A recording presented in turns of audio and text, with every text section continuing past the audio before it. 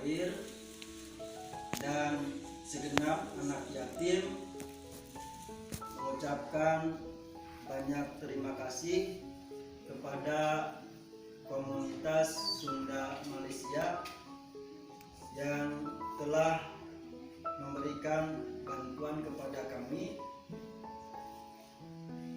dan kami memohon program ini, kegiatan ini bisa berlanjut untuk kedepannya.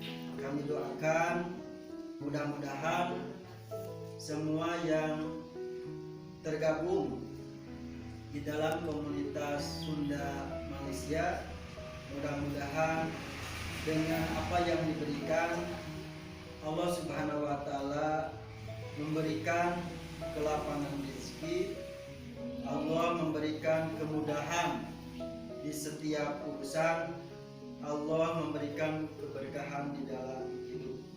Kami berharap sekali lagi program ini bisa atau dapat berkelanjutan.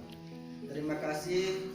Jazakumullah ahsanal jaza. Semoga Allah membalas kebaikan orang-orang yang terhimpun di komunitas Sunda Malaysia.